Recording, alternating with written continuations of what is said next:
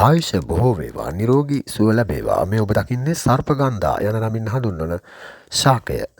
අඩි 3ක් 4ක් උසට වැඩෙන ශාකයේ පත්‍රලා කොළ පාටයි. පුෂ්ප කෙටි පොකුරු වශයෙන් දැකගත හැකිය. තියුණු තුඩ සහිත දෙබිඩි මල කළු පාටට හුරු දම් පාටින් යුක්තයි. බීජ ලා දුමුරු පාටයි. මුල් ගැටිති සහිතයි.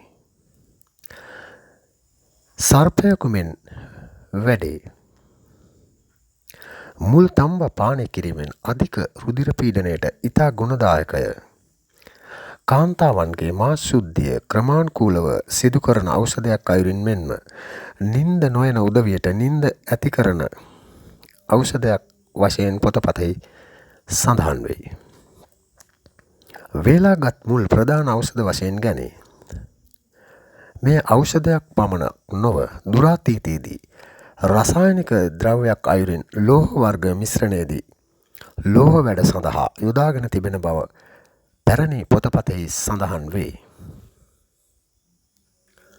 ඔබට කතා කළ මම පාරම්පරික හෙළ වෛද්‍ය එන්.කේ. අබේවර්ධන. වීඩියෝව හොඳයයි සිතේ නම් සබ්ස්ක්‍රයිබ් කරන්න, තව කෙනෙකුට නැරඹීම සඳහා ෂෙයා කරන්න.